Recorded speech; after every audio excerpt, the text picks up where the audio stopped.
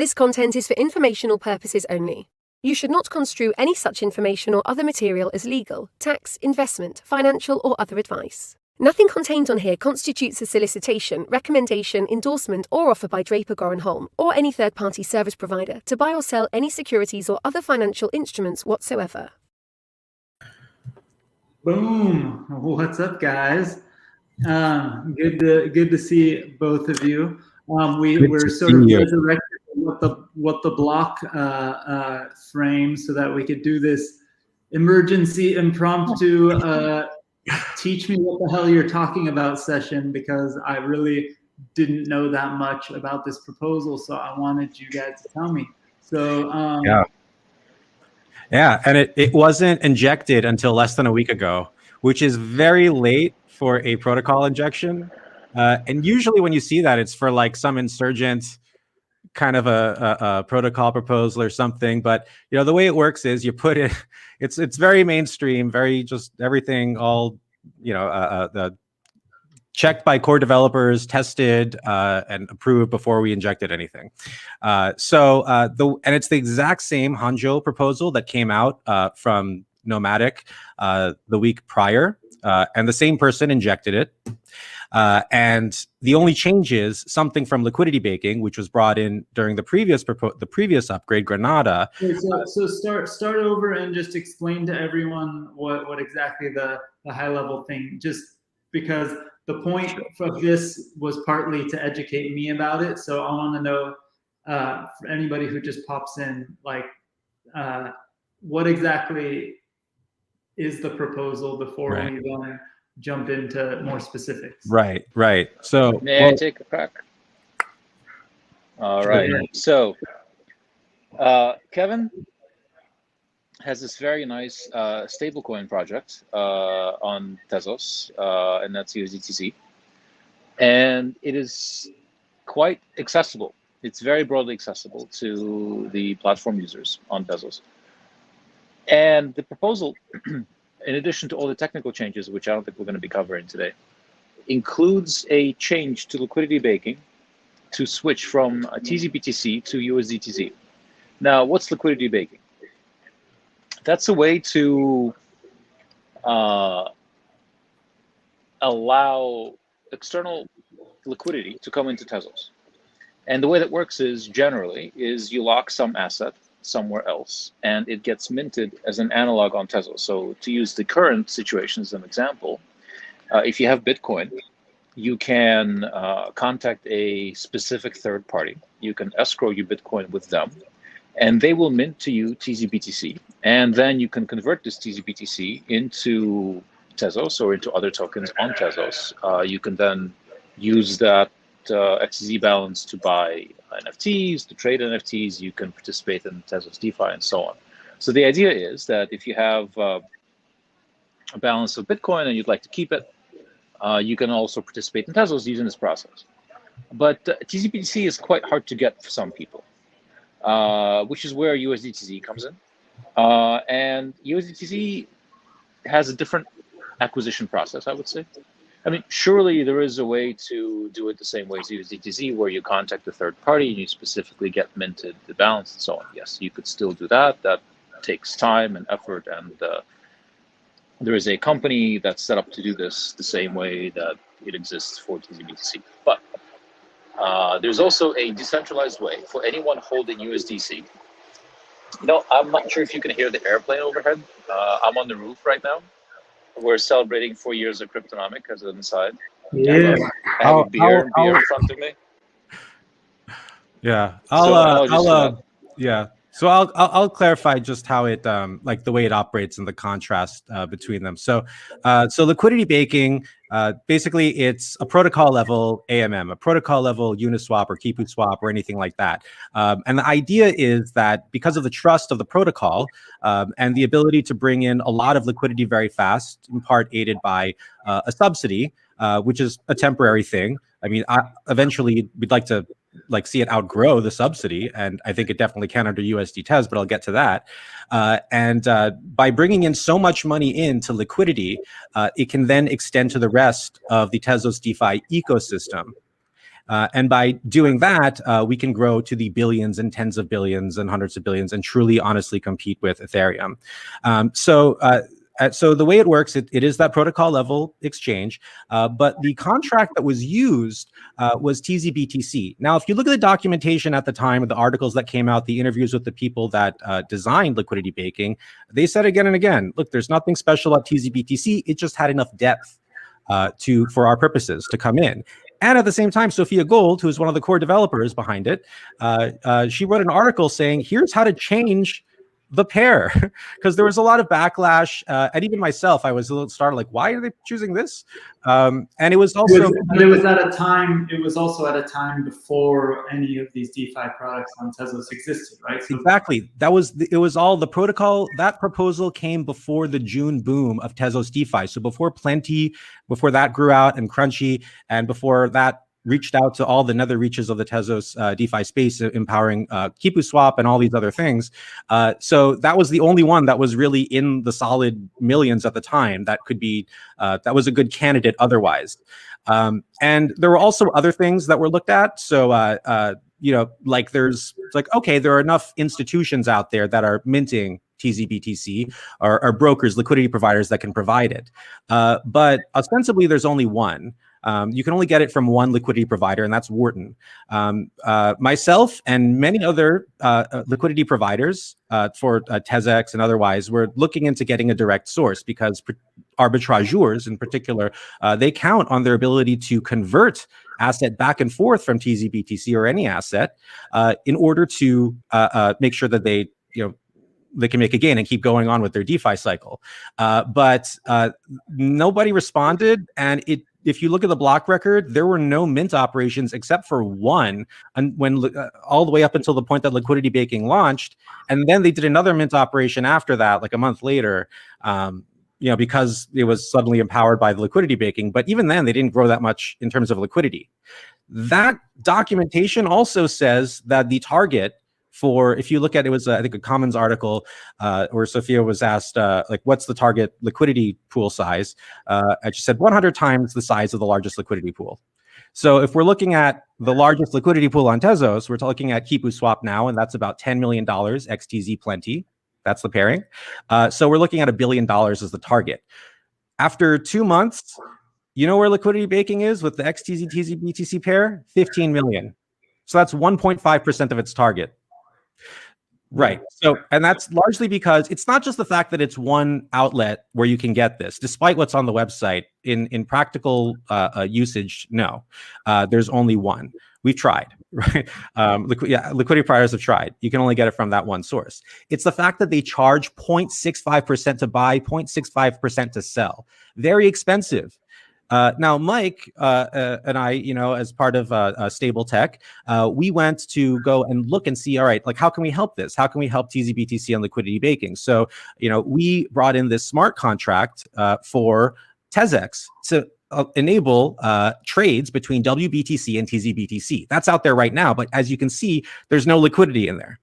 And the reason why is the liquidity providers, who initially were very keen on this idea, yeah, of course we'll trade WBTC, TZBTC, we'll provide liquidity for that, no problem, it's more money. Then they contacted Wharton, who was the only one who everyone, but Wharton was the only one that responds. It says 0.65%. Now the fees on TezX are 0.45%. And to give you context, SmartLink is 0.25% for trades. KipuSwap is 0.3% for trades. I think 0.3 to 0.4 is about the industry standard on DEXs. Yeah. So even TezX, which is on the higher end of that, because it's a cross-chain bridge, there's no slippage or anything. It's still, they'd be doing it at a loss. How are you going to buy something for 0.65% and sell it for 0.45? It doesn't make any sense. So that's why, so it's depressed the price of, the amount of liquidity in the system, which also has kept volume very low as well. And to put that in another context, and this is something else that's very interesting, if you look at the pool on KipuSwap for XTZ USD Tez, it's 600,000 TVL, but you have 15 million in Liquidity Baking for XTZ TZBTC. With that 1/25th the size of the liquidity pool of TZBTC, of Liquidity Baking, that little Kipu Swap XTZ USD Tez pool gets more volume per day than liquidity baking. There's a demand for it, the there's liquidity. usage for it. If you look at Bitcoin on Ethereum, for example, the reason why people have Bitcoin on Ethereum is because there is usage for it. There's places to earn interest on their Bitcoin. There's places to stake their Bitcoin and take a loan against it. There's just opportunities for it. There's no opportunities for Bitcoin on Ethereum, on Tezos right now. Right. And a big part of that is if it costs too much to get it, it's too big of a pain in the butt. But quickly, so tell me though, there's this original hangs out proposal. So how is this different? Is this taking anything away from it? Is the only difference switching the pools? Yes, that's the only change, which is a change that the core developers behind Liquidity Baking outlined exactly how to do in an article. We implemented that. And we went to them before, during, and after that process. We made sure that we got the AOK from it. They reviewed the code. They said, okay. And we made sure that we had the final approval before we injected it. So it was, and even before any of that was written, we went to them. We went to, just finding out how to do this the right way.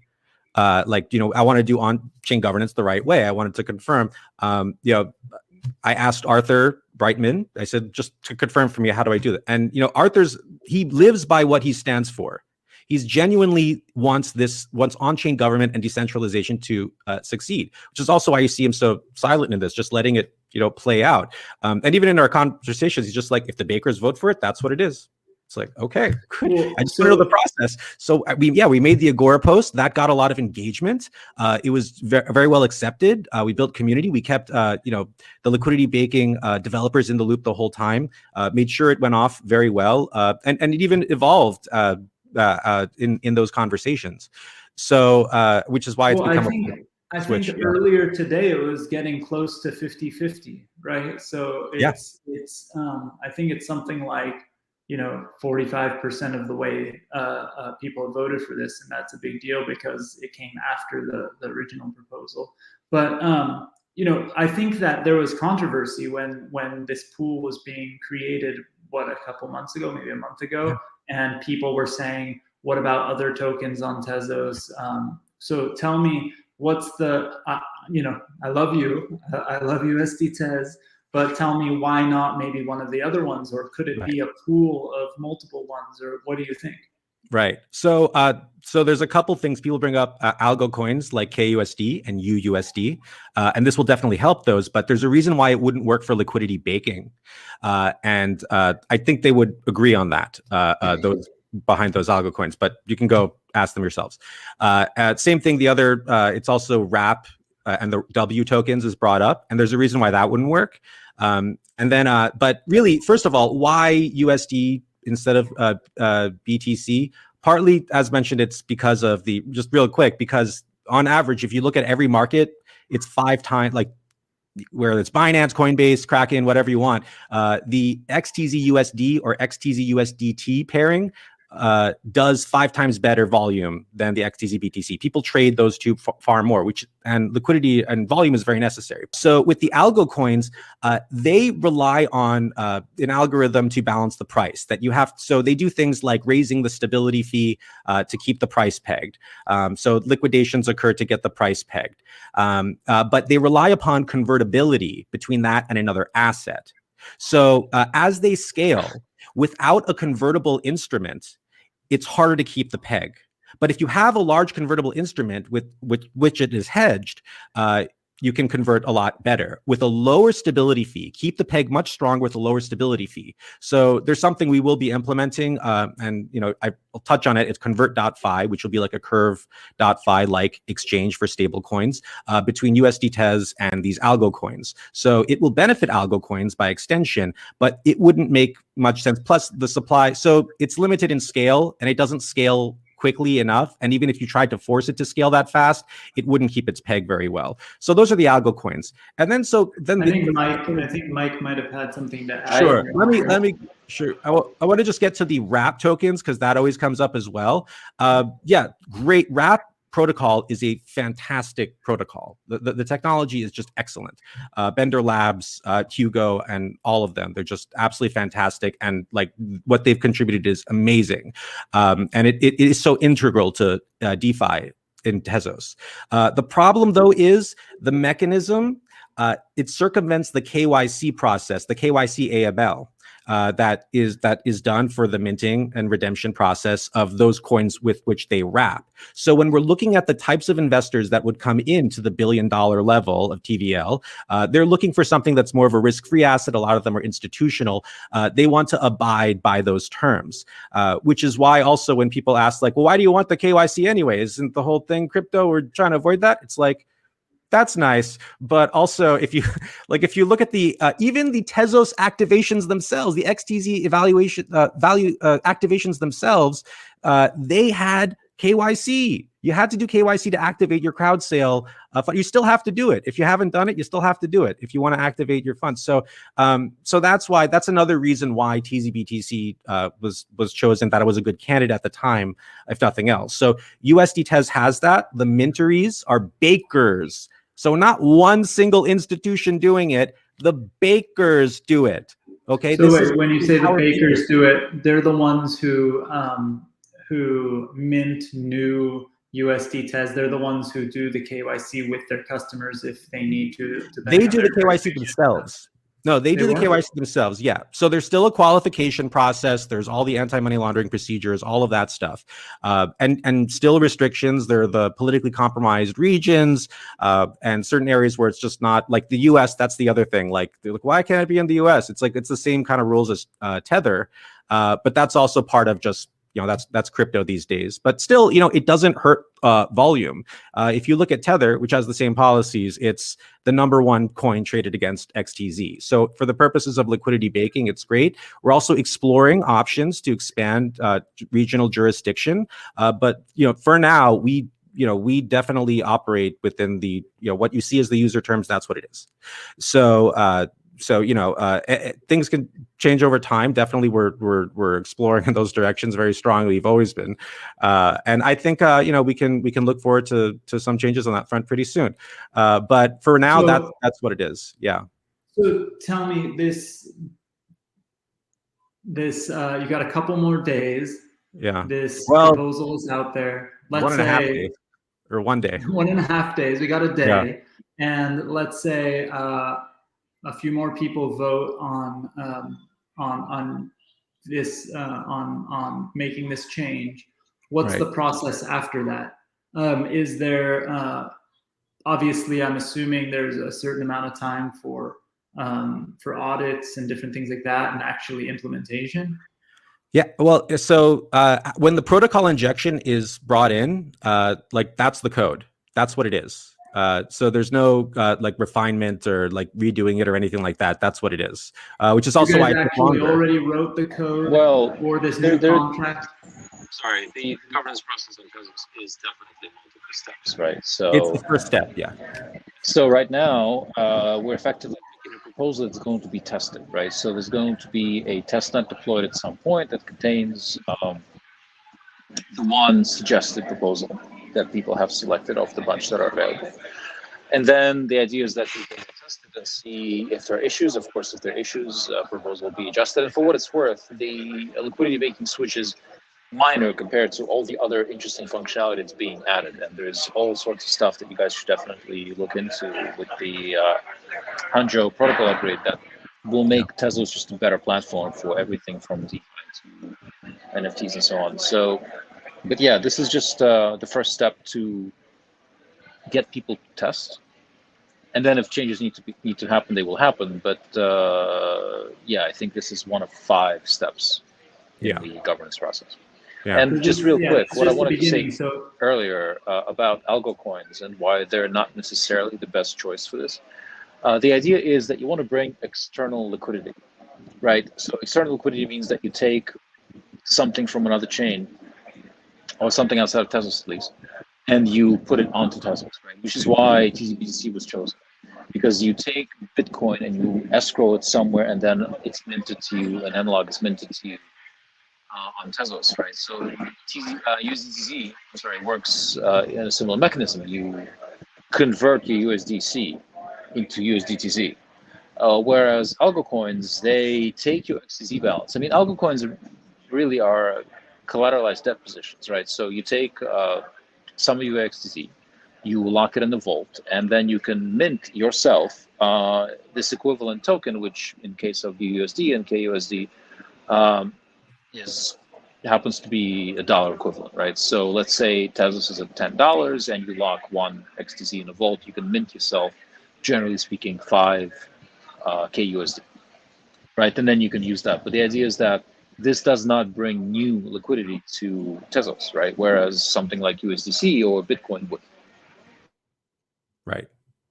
Exactly. And these are good questions to ask, by the way, the fact that people are asking that question, because it's definitely it's like, oh, that does seem more pure, doesn't it? Just if it's like purely based on something like value that's on chain and from on chain. Yeah. But there's a reason why we don't see that kind of like the scaled activity that you see with the fiat backed ones. So like Tether, like, well, it's a composite of a bunch of things. It's not like none of these are pure cash, but it's to the effect that like, is it convertible? Yes. So for us though, our exchange is a composite of other stable coins, the ones that are convertible for fiat, for cash, I'd say. Fiat is fiat cash. That's a very specific kind of a term. I think like there are different forms of what we would call fiat now in terms of like its actual medium. And now like it was used to just be a hard piece of paper. Then it was something that was just digitized, and people thought you couldn't do that, and do it through Venmo. It's like, where is it? Well, it exists in bytes, and that's what it is. And then as a stable coin, it's another one, but it's all fiat.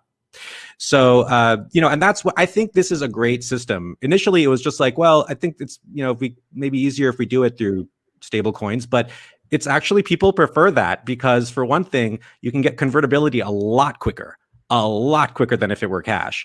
And not to mention, you can watch the reserve live in real time. Not a single unit of coin can be moved from or to the reserve without everybody in the world knowing. That's great for transparency. And on top of that, it's audited every month by Armanino. So and those audits and attestations, so also the key signatures and ceremonies and everything, that's all monitored by Armanino, and the reports are come out every month. Those are funded by the Tezos Foundation. I want to point that out as well. That's great. So, I mean, I got a question here from the audience, just because we're talking about a USD stablecoin, right? What happens in the future when USDC comes to Tezos? Right. How do you see that different from USD Tez and this proposal? Yeah. May I? Sorry, because I'm going to be quick and I'm going to probably disagree with Kevin. Until a thing exists in reality, I just don't believe it exists. People keep talking about this thing that's going to happen in this unknowable future. It's just on blockchains. This timeline could be anything from 3 days to 4 years or more. So, like, I'm sorry, I don't consider that a valid question. Like, it either is here now or it isn't. My point is different, though, because I agree with you, Mike. I agree completely. And that was mentioned in a comment from USDC, along with 10 other blockchains they're planning on going to. It was somewhere in the middle there. But I think along with that, and to get a gauge of like when it's going to happen, also, we have to think in terms of specialization and how there's always an advantage towards blockchain specific specialization, things that are native to that blockchain, the ones that are concerned with Tezos and only Tezos. Everybody, no matter what you do for a living, whatever your trade is, you have something there where you're rewarded for having specialized expertise, having specialized concern, having specialized inventory or specialized clientele. Specialization is always better. So when it comes to something like this, given the scale of how important it is, I think you'd want a Tezos native. And also not only that, but the activities we do are and the evolution of it, like with our ZK channels integration with Bolt Labs. that's ahead of the game. I mean, who's going to address these new features that are coming on Tezos and be able to apply them quicker? It's us. And we're part of that feedback loop for the token standard, all of these things. So the amount of integrations that come with the community and what allows Tezos DeFi to grow faster, it's rewarded by specialization. So I would keep that in mind, particularly in technology, particularly for this. Otherwise it's like, some people will applaud the Walmartization of the world, and it's like, yeah, it has a nice stable, like, yeah, you're familiar with it and how it looks everywhere else and all that thing, but it's like, and it's not just the fact that like it would take away from the localities, but all the innovation and diversity and all the new models. Like, I mean, Walmart started as a general store and they innovated something, but if there was a conglomerate that pushed them away, they wouldn't have had that innovation that changed the world. It starts from allowing decentralization, and so decentralization helps in that end. It helps innovation to thrive. So that's something to look forward to. So when I hear that, it's kind of like, wait, why would you want that? Are you just excited because it's a? I have some questions there, but I know Mike has to sneak off in a second. Mike, is there anything we didn't hit? But also, when you do sneak off, walk us back into the Cryptonomic office for 2 seconds and show us the party that's happening, because that's a big deal. It's not an crypto office. company alive It's for a 4 rooftop years. at this point. I can show you the very rainy. Hold on, I'm making you the. Hold on. Oh, there we go. The New York office. Yes. Rooftop. I remember that. Yes. So I was there 2 months ago. No, I think it was a good discussion. It's important to remember that the Hanjo upgrade is intact compared to the vanilla version, if you will. The USDC changes are only to switch the liquidity baking from TZBTC to USDTC for the wonderful reasons that Kevin has covered. All the other benefits are still there, and I agree that this is something Kevin mentioned earlier. The development of this specific and narrow change was quite collaborative between many of the stakeholders in the development community of Tesla. So that was really interesting to see, really wonderful to see that people really came together to make this happen very, very quickly. And you guys are already okay. Awesome. Thank you, Mike. I'll keep asking Kevin a couple more questions, but I know you had to sneak off. Cheers, guys. Cheers. We're gonna congrats go on back 4 to years of celebrating. Cryptonomics. Thank you. Always a pleasure to be here. Bye, guys. Thank you, Mike. Thanks. Later, Mike. All right. So let's hold on, switch around. Oh, it's so fun having these ridiculous tools. So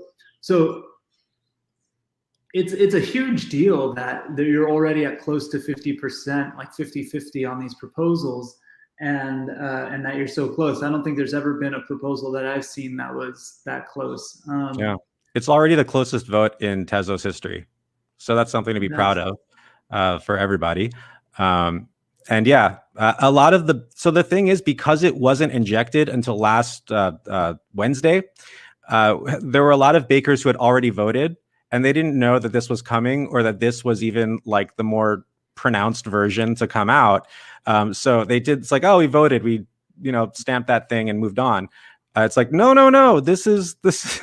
It was this. So I think it's clear that if it had been come out like a week prior, we'd be looking at very different numbers at this point, and we might not even need to be having this conversation. So it's sort of that kind of it's that last minute hustle to let bakers know, so they understand. And also there is just the misperception that it's not from the same vein, that it's coming from oh, this is some outside thing. No. This is Tezos by Tezos people, Tezos contributors, all that stuff, very much with the literal approval of core developers. Like, they actually tested it and said, you're good to go.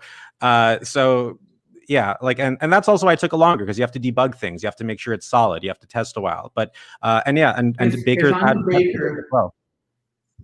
if I'm a baker and I have questions, I want to get a hold of you really quickly. What's the fastest way to do that so they can ask more questions? Oh, you can just DM me on Twitter. My DMs are open. I'm always answering. Kevin Mehrabi, right? Yeah, first initial and then last name. I'm putting it into this thing. For sure. Boom. That's Kevin's. Did I spell it right? I'll type in fast. Yes. Now it looks like you're me. But and the other thing this week we're transitioning. So we've had this very compliant system of that's okay.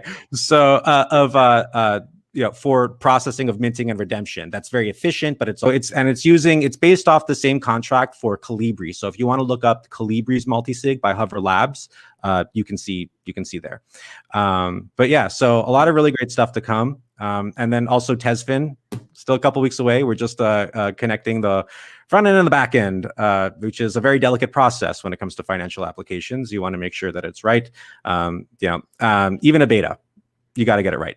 So that's why it's taking longer, but that'll be the first lending system. So the combination of these things, to have USD Tez, part of liquidity baking, and to free up that amount of capital to come in, and then that can be a leverage source where you go on convert.fi, and then you can bring in and raise up the liquidity for all of these algo coins like KUSD, USD. The way that the sort of capital comes into the liquidity baking is as sort of a reward for bakers. So the owners of this pool are the bakers who process the transactions. The people who bring new USD Tez into the system are the bakers, and that's sort of a revenue source potential for them. And then they'll be able to either take that, USD Tez out of the bakery for their or out of the liquidity pool, like the rewards that they get, because they're going to own their piece of it, and just use it if they wanted to, or take it and potentially leverage it on Tezos in other ways too, or keep it in that pool because there'll be fees and stuff taken from swapping Tezos to USD Tez, or in the current case TZBTC, right? Yeah. And that's also another point, because some of the questioning that was happening of liquidity baking back then was, it's the subsidy that'll just inflate Tez even more. Why would we want to inflate Tez more? Why would we want to provide a subsidy? And so 2.5 Tez per block is produced, new Tez created for liquidity baking. That's the subsidy.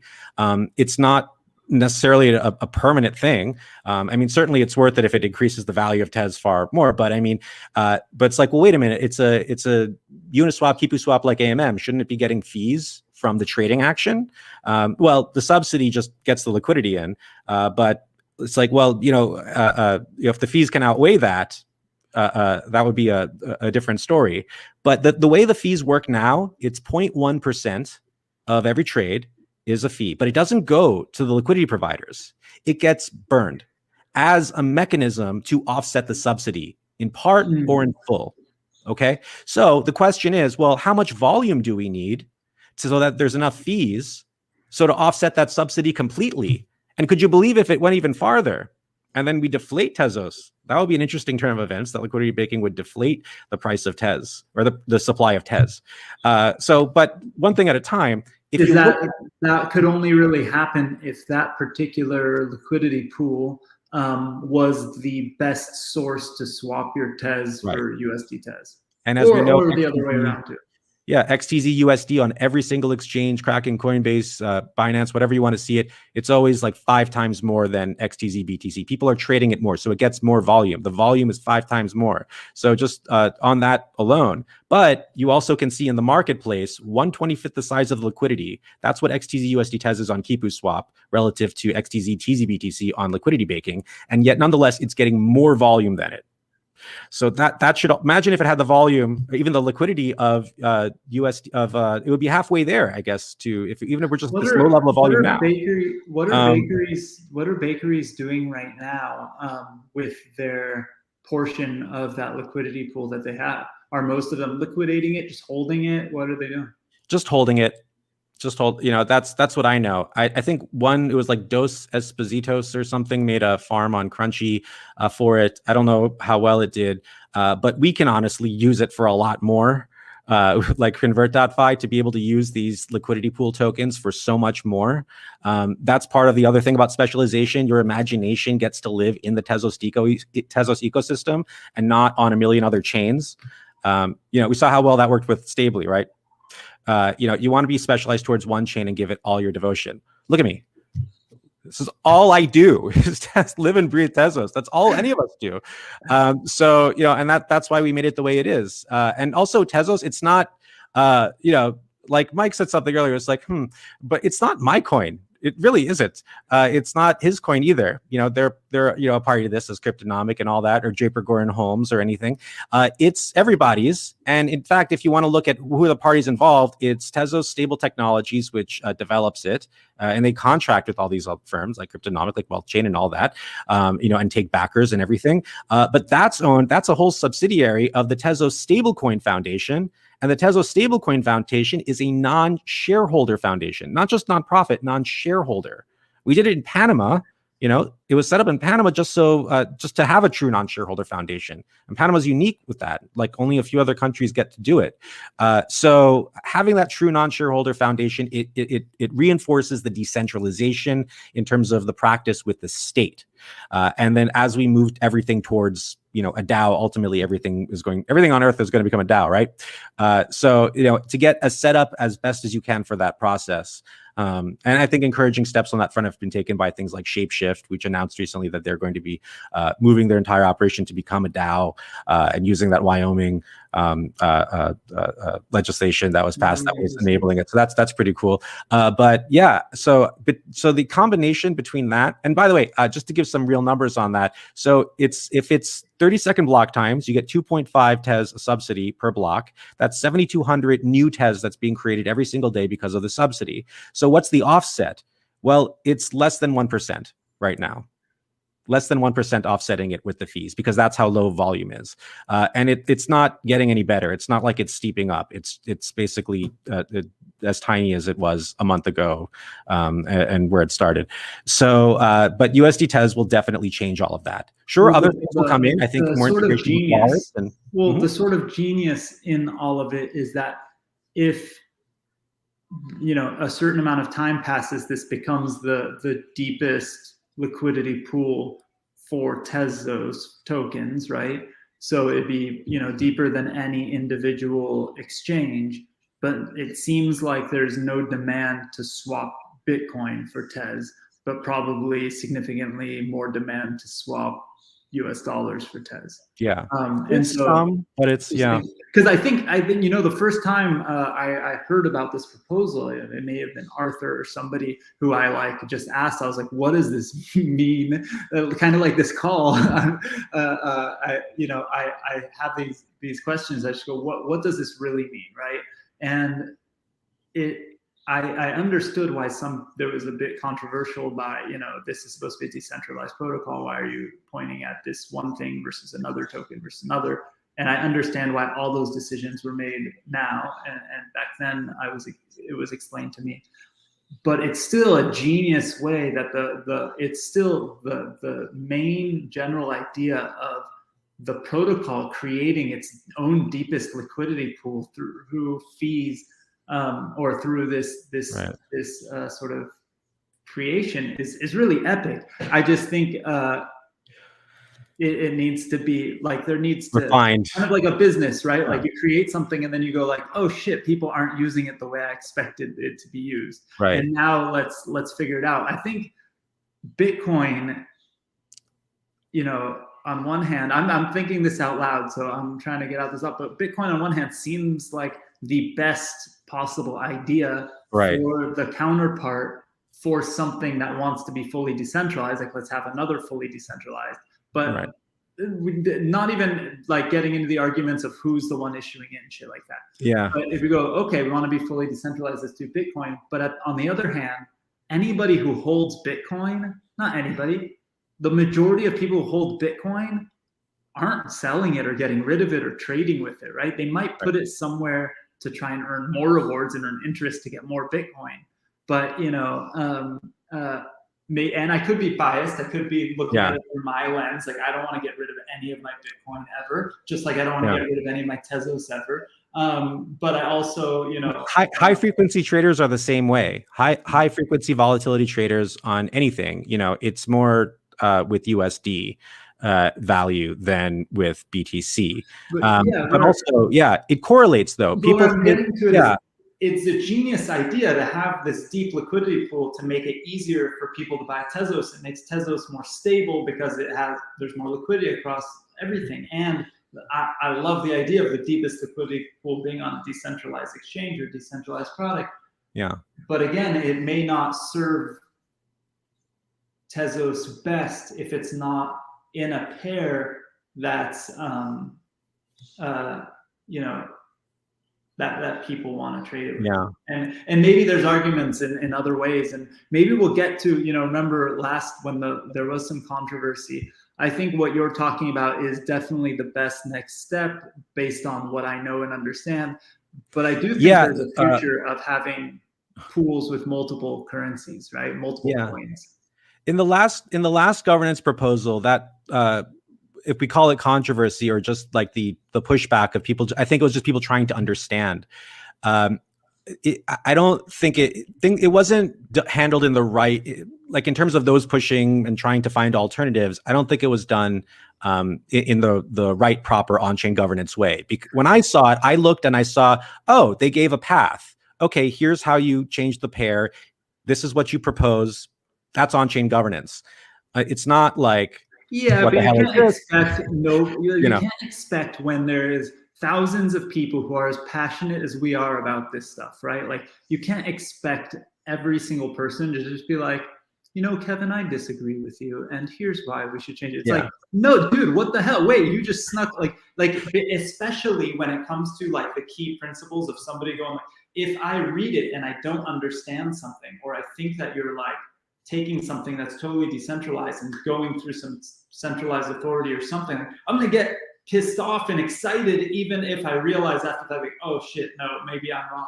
And so we can't, none of us are immune to blowing up every once in a while. And not maybe blowing up is not the right term, but getting excited. We're all insane to be in this space to begin with. So you can expect people to get excited about the most. Yeah. And it's hard work, DeFi space. So, if you're working in it, it's people, you get very passionate about everything. So, I mean, I think it was a really great conversation that was had last time. And I think the takeaways from that definitely led to this. What I'd also say though is, like a lot of the questions, I feel like we're still answering the same questions that were being asked. Well, why not this coin or whatever? It's just like, okay, there are reasons for that. But I think the important is just getting the word out, getting people to understand, people watching this video, sharing this video is a very important thing.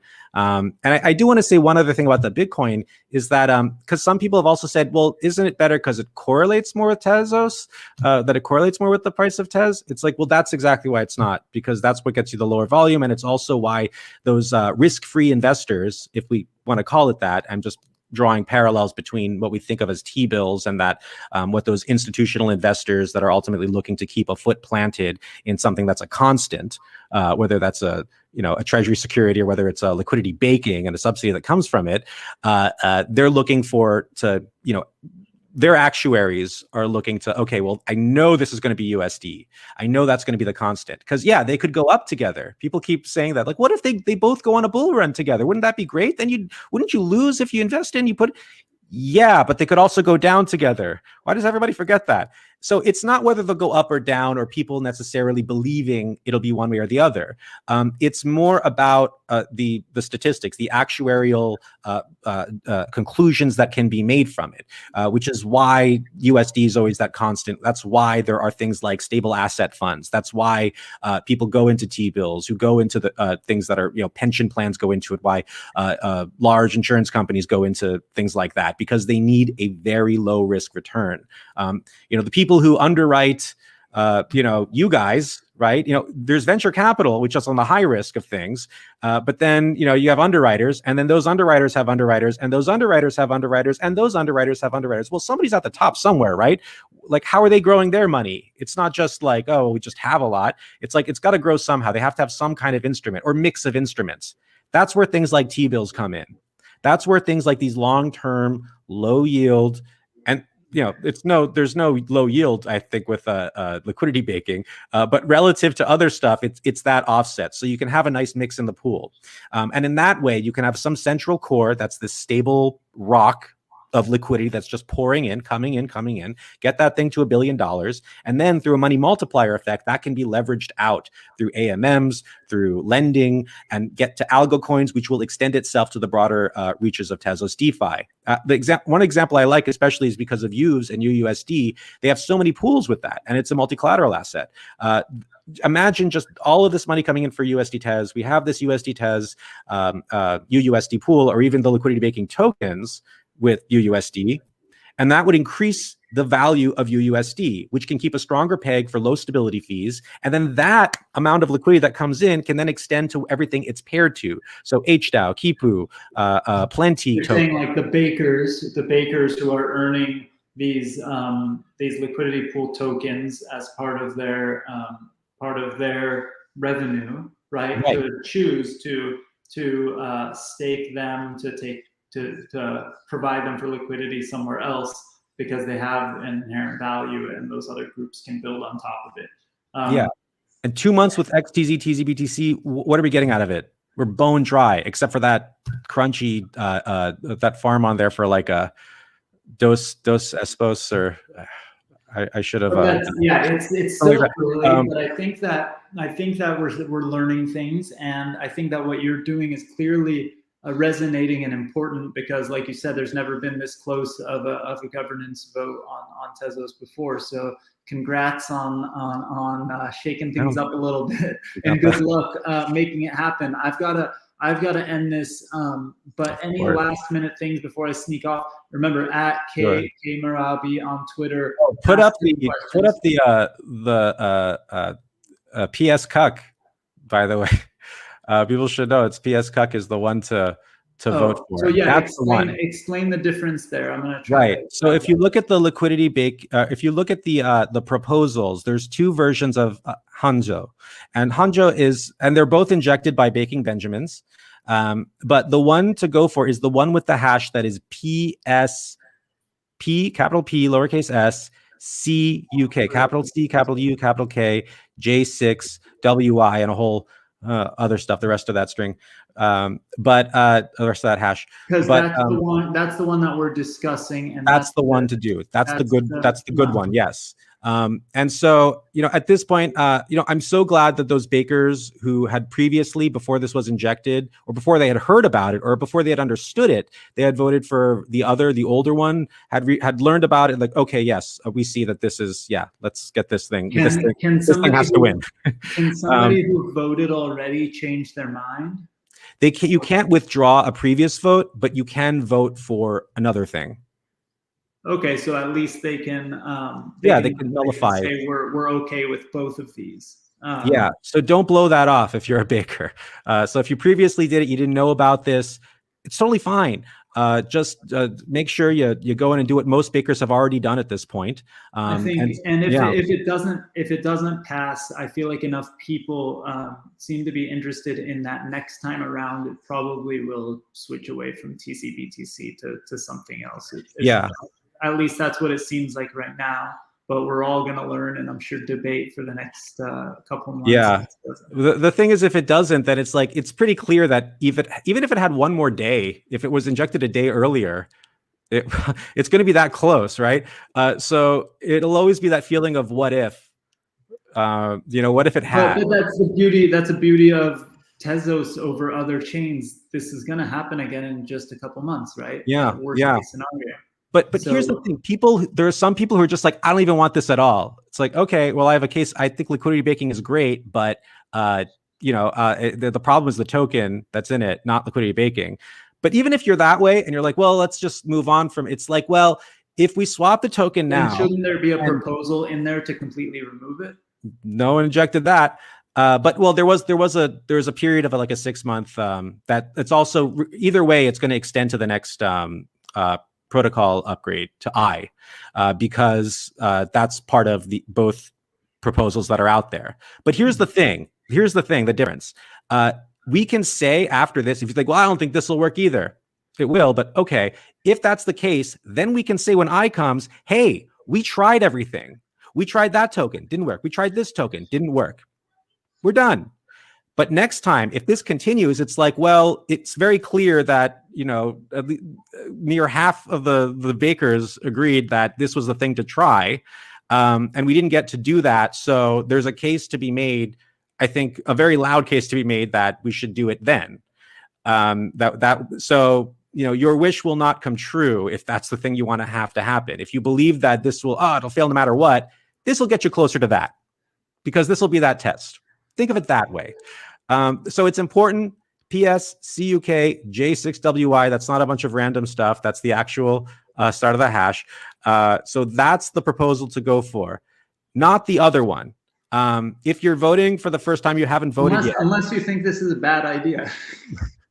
I don't see how you could. If you do, then come write me a message. I want to see what else could be. I get why you're doing this. Give me a chance. If anybody is in doubt, or if anybody has any feelings on this, Kevin is always available, very transparent and easy to get a hold of. So go on Twitter, ask Kevin. You've got a little over a day to figure this out if you're a baker and you haven't participated yet, or you voted on it pre this injection. And thank you, Kevin, for teaching me a little more about Tezos.